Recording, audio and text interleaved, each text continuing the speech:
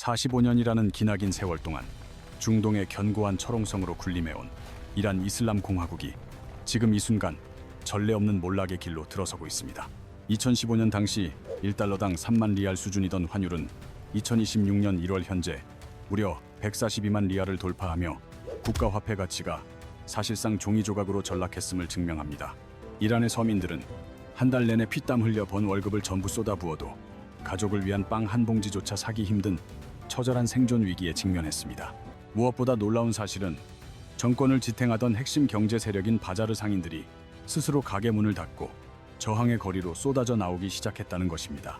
전문가들은 이를 단순한 시위를 넘어 정권의 경제적 통제권에 정면으로 도전하는 일종의 거대한 경제적 쿠데타가 발생한 것이라고 한 목소리로 분석하고 있습니다. 국제 정치 전문가들은 현재의 신정체제가 국민의 굶주림을 해결하지 못한다면 다가올 2027년까지 정권을 유지하는 것조차 불가능할 것이라는 비관적 전망을 내놓았습니다. 12월 28일 테헤란의 경제적 심장부인 그랜드 바자르의 상인들은 일제히 셔터를 내리며 현 정권에 대한 명확한 거부와 불복종을 공식적으로 선언했습니다. 그들은 단순히 휴업에 그치지 않고 화염병과 최루탄 연기가 가득한 거리로 뛰쳐나와 강력한 녹색 레이저로 진압 경찰의 시야를 가리며 결사적으로 맞서 싸웠습니다. 45년 동안 난공불락의 요새로 여겨졌던 수도 테헤란의 방어선이 분노한 시민들의 거대한 인파와 강력한 저항에 밀려 역사적으로 처참하게 뚫려버리는 순간이었습니다. 시위의 불길은 테헤란을 넘어 이스파한, 시라즈, 마슈하드 등 이란 전체 31개 주 중 20개 이상의 주요 거점 도시들로 걷잡을 수 없이 번져나갔습니다. 2022년 히잡 사건으로 촉발된 마흐사 아미니 시위의 기억은 여전히 국민들의 가슴 속에 뜨거운 불씨로 남아 이번 저항을 더욱 강력하게 이끄는 동력이 되었습니다. 하지만 2025년 말의 대규모 시위는 당시보다 규모가 훨씬 거대할 뿐만 아니라 시위의 근본적인 성격 자체가 완전히 달라 정권의 치명적인 위협이 됩니다. 과거의 시위가 인권과 자유를 갈망하는 외침이었다면 이번 저항의 핵심은 오로지 생존과 직결된 빵값과 무너진 경제에 대한 국민적 분노가 폭발한 결과입니다. 시위대 사이에서는 이제 마지막 전투가 시작되었다는 비장한 구호와 함께 과거 팔라비 왕조의 귀환을 요구하는 목소리가 거리 곳곳에서 터져나오고 있습니다. 최고 지도자 하메네이의 퇴진과 죽음을 요구하는 강력한 구호는 46년 전 혁명으로 왕정을 축출했던 국민들이 현재 정권에 느끼는 깊은 환멸을 보여줍니다. 한때 국가적 영웅으로 추앙받던 솔레이마니 장군의 동상이 시민들에 의해 처참하게 끌어내려지는 모습은 이번 사태가 체제 자체를 거부하고 있음을 상징적으로 증명합니다. 1979년 혁명 당시 막대한 자금력으로 호메이니를 지지했던 바자르 상인들이 이제는 자신들이 세운 정권에 완전히 등을 돌려버린 역설적인 상황이 전개되고 있습니다. 정권의 가장 오래된 우군이자 경제적 버팀목이었던 상인 계급이 가장 위협적인 적으로 돌아선 순간 이슬람 공화국의 통치 정당성은 뿌리부터 심각하게 흔들리기 시작했습니다. 위기를 느낀 이란 정부는 정권 보위 부대인 혁명 수비대를 즉각 투입하여 시민들을 향한 무차별적이고 강경한 유혈 진압이라는 극단적인 선택을 내리고 말았습니다. 저녁에 인터넷이 차단된 어둠 속에서 인권 단체들은 시위 시작 단 2주 만에 최소 500명 이상의 무고한 시민들이 사망했을 것으로 추정하고 있습니다. 미국의 트럼프 대통령은 이란 정권이 시위대에게 총구를 겨눈다면 강력한 군사적 타격을 가할 준비가 되어 있다고 엄중히 경고했습니다. 이스라엘 정보기관 모사드 역시 현장의 저항 세력과 함께하겠다는 공식 성명을 발표하며 정권을 향한 압박 수위를 높였습니다. 시간을 잠시 2015년 핵합의 당시로 돌려보면 당시 이란의 환율은 1달러당 3만 리알 수준으로 국가 통제가 가능했습니다. 하지만 2026년 1월 현재 암시장 환율은 142만 리알을 가볍게 넘어서며 10년 만에 화폐 가치가 처참하게 폭락했습니다. 정부가 공표하는 공식 환율은 여전히 4만 리알대에 머물러 있지만 이는 실제 시장에서는 누구도 믿지 않는 허구의 숫자일 뿐입니다. 불과 10년 사이 화폐 가치가 40분의 1로 쪼그라들었다는 사실은 중산층의 평생 자산이 사실상 공중으로 증발했음을 의미합니다. 식량과 의약품의 상당 부분을 수입에 의존하는 이란에게 리알화의 몰락은 곧 전 국민적인 굶주림으로 직결되는 재앙이었습니다. 2025년 말 이란의 식료품 물가는 전년 대비 72%라는 경이로운 폭등을 기록하며 서민들의 생존을 직접적으로 위협하기 시작했습니다. 의료비와 약값 또한 1년 만에 50%나 치솟으면서 병든 국민들이 치료를 포기해야 하는 비극적인 상황이 반복되고 있습니다. 이를 한국 상황에 대입한다면 3만 원에 사던 쌀 한 포대가 순식간에 5만 원을 훌쩍 넘긴 것과 같은 극심한 고통입니다. 시장 상인들은 떨어지는 리알 가치를 방어하기 위해 아침에 쓴 가격표를 저녁이 되기도 전에 수차례 고쳐 써야만 합니다. 이제 손님들은 지갑 대신 커다란 쇼핑백에 지폐 뭉치를 가득 채워와야만 겨우 빵 몇 봉지를 살 수 있게 되었습니다. 국가가 발행한 지폐가 더 이상 돈이 아닌 종이 조각으로 전락한 이 장면은 이란 경제가 처한 절망의 깊이를 보여줍니다. 이 모든 비극의 시작점은 2018년 트럼프 행정부가 핵 합의를 일방적으로 파괴하고 초강력 제재를 다시 부과한 시점이었습니다. 이란의 유일한 생명줄인 원유 수출이 전면 차단되자 국가를 지탱하던 달러 유입이 완전히 끊기며 경제적 재앙이 시작되었습니다. 외화 유입이 멈춘 상황에서 리알화 가치는 수직 낙하했고 이는 곧 국가 부도의 위기로 이어지는 치명적인 도화선이 되었습니다. 부족한 예산을 충당하기 위해 이란 정부는 아무런 대책 없이 무분별하게 지폐를 찍어내는 최악의 선택을 하고 말았습니다. 공무원과 군인들의 급여를 위해 시장에 풀린 엄청난 지폐들은 오히려 화폐 가치를 더 떨어뜨리며 인플레이션의 불길을 키웠습니다. 현재 이란의 공식 인플레이션율은 50%를 상회하고 있으며 실질적인 체감 물가는 정부 통계 수치를 비웃을 정도로 폭주 중입니다. 결국 이란 중앙은행 총재 모하마드 레자 파르지는 통제 불능의 경제 상황에 대한 책임을 지고 스스로 자리에서 사임했습니다. 국제사회의 강력한 제재가 풀리지 않는 한 이란은 주력 상품인 석유를 국제시장에 제대로 팔 수 없는 비참한 처지에서 벗어날 수 없습니다. 석유를 팔아 달러를 벌어들이지 못하니 리알화의 가치는 날개 없는 추락을 거듭하고 있으며 이는 곧 국가 부도라는 최악의 위기로 직결됩니다. 외화가 바닥난 이란 정부가 찾아낸 궁여지책은 결국 국민이라는 마른 수건을 쥐어짜 세금을 더 걷어들이는 비정한 방식뿐이었습니다. 2016년 정부 예산안을 보면 무려 62%라는 기록적인 수준으로 세금을 대폭 인상하는 내용이 담겨 있어 국민들의 숨통을 조이고 있습니다. 물가가 이미 50%나 폭등한 상황에서 세금을 62%나 올린다는 것은 상인들에게는 파산을, 서민들에게는 굶주림을 강요하는 가혹한 처사입니다. 정부는 여기서 멈추지 않고 이란 경제의 마지막 보루였던 휘발유 보조금을 완전히 폐지하여 재정 적자를 메우려는 위험한 계획을 추진했습니다. 산유국인 이란은 그동안 정부 보조금을 통해 휘발유 가격을 매우 낮게 유지해 왔으나 이 보조금이 사라지면 물류비 폭등은 피할 수 없습니다. 이미 2019년에도 휘발유 가격 인상으로 인해 전국적인 유혈 시위가 터졌고 수백 명이 사망했던 참혹한 기억이 정권을 압박하고 있습니다. 과거의 비극을 알고 있음에도 다시 이런 위험한 카드를 꺼내든 것은 현재 이란의 국고가 완전히 비어있음을 반증하는 명확한 신호입니다. 시위가 커지자 정부는 8천만 국민 모두에게 매달 100만 토만을 지급하겠다는 급조된 유화책을 발표하며 민심 달래기에 나섰습니다. 하지만 이 금액은 한국 돈으로 환산하면 고작 1만 원 정도로 시장에서 빵 몇 개를 사면 흔적도 없이 사라질 만큼 미미한 액수입니다. 푼돈으로 분노를 잠재우려는 정부의 얄팍한 계산은 통하지 않았고 국민들은 이제 실질적인 체제 변화를 요구하며 저항을 이어가고 있습니다.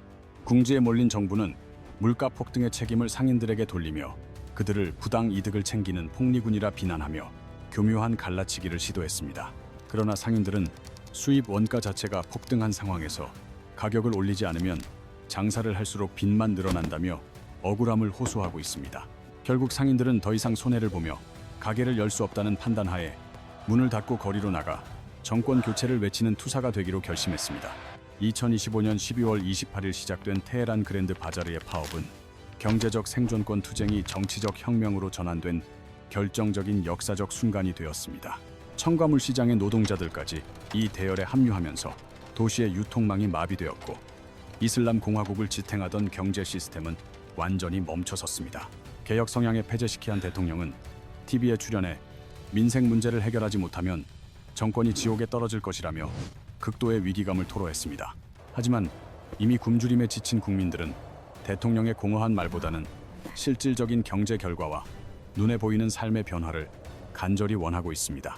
이란이 어쩌다 이 지경에 이르렀는지 파악하기 위해 희망이 가득했던 10년 전인 2015년 핵합의 체결 당시로 시간을 돌려보겠습니다. 2015년은 이란이 주요국들과 핵합의를 체결하며 국제사회로 복귀하고 경제 재건의 꿈을 꾸던 역사적인 희망의 해로 기억됩니다. 합의 이행에 따라 제재가 해제되자 멈췄던 석유 수출이 재개되었고 유럽의 대기업들이 이란 시장에 진출하며 경제는 다시 활기를 띠었습니다. 하지만 2018년 트럼프 행정부가 이 합의를 일방적으로 파괴하자 이란의 짧았던 경제적 봄날은 단숨에 끝이 나고 말았습니다. 다시 부과된 강력한 제재로 이란산 원유를 사는 국가조차 제재 대상이 되었고 결국 의욕적으로 진출했던 거대 유럽 기업들은 모두 철수했습니다. 국제 달러 결제망에서 완전히 퇴출당한 이란은 정상적인 무역이 불가능해졌고 약속을 어긴 서방에 대한 내부 강경파의 목소리는 더욱 커졌습니다. 이에 대응하여 이란은 핵 합의를 무시하고 핵 개발을 재개했으며 우라늄 농축 수위를 무서운 속도로 높여가며 전 세계를 다시 긴장시켰습니다. 합의 당시 약속했던 한도를 비웃듯 이란은 핵무기 제조가 가능한 수준에 육박하는 60%까지 농축 수위를 끌어올리는 위험한 도박을 감행했습니다. 이란이 걷고 있는 이 위험한 행보는 과거 핵 확산 금지 조약을 탈퇴하고 핵무기를 개발한 북한의 전술과 너무나 흡사해 큰 우려를 자아냈습니다. 다시 출범한 트럼프 정부는 백악관을 통해 핵 프로그램을 즉각 포기하라는 최후 통첩과 함께 단 며칠이라는 매우 촉박한 시한을 통보했습니다. 그러나 이란은 농축 포기 불가 방침을 고수하며 협상을 거부했고 결국 국제원자력기구는 이란의 비확산 의무 위반을 공식 선언했습니다. 20년 만에 처음으로 나온 IAEA의 공식 위반 선언으로 협상 테이블은 산산조각 났으며 국제사회의 인내심은 비로소 한계에 도달하고 말았습니다. 시한이 끝난 바로 다음 날인 2025년 6월 13일 새벽 이스라엘은 우는 사자라는 작전명 아래 본토에 대한 대규모 공습을 전격 감행했습니다. 최첨단 스텔스기와 장거리 드론들이 테헤란과 나탄즈 핵시설 등 이란 내부의 4개 이상의 전략 표적을 동시다발적으로 정밀 타격하는 재앙이 벌어졌습니다. 1980년대 이라크 전쟁 이후 이란 본토가 받은 가장 강력한 공격이었으며 이로 인해 이란의 주요 군사시설은 순식간에 초토화되었습니다. 이 참혹한 공습 과정에서 혁명수비대 총사령관 호세인 살라미와 이란군 참모총장 모하마드 바게리 등 정권의 핵심 지도자들이 사망했습니다. 또한 핵개발을 주도하던 핵심 과학자들과 수많은 민간인 사상자가 발생하는 비극을 낳으며 이란 정권은 통제불능의 분노에 휩싸이게 되었습니다. 나탄즈 핵시설이 파괴되자 분노한 이란은 즉각 이스라엘을 향해 150발 이상의 탄도미사일을 발사하며 전면전의 포화를 주고받기 시작했습니다.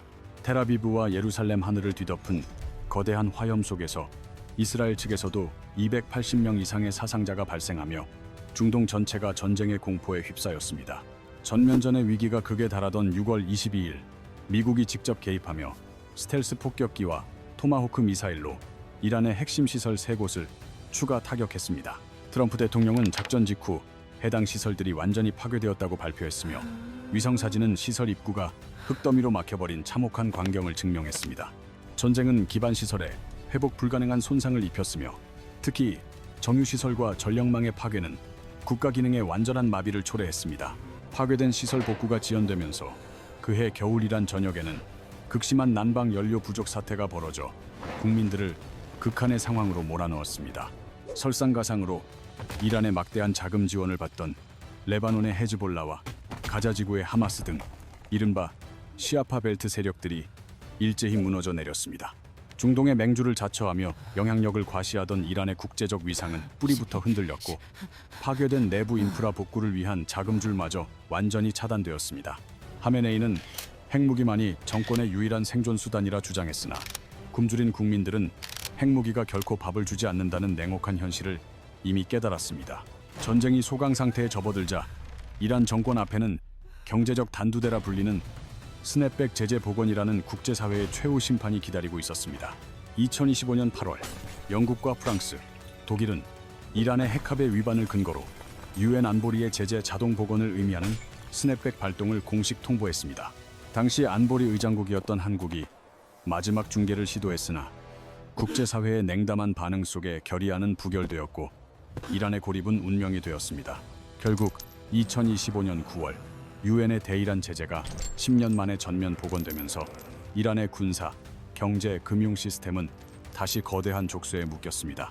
이번 조치로 이란은 국제 금융 결제망에서 완전히 퇴출되었으며 이제는 원유를 사겠다는 나라가 나타나도 대금을 받을 방법조차 사라진 셈입니다.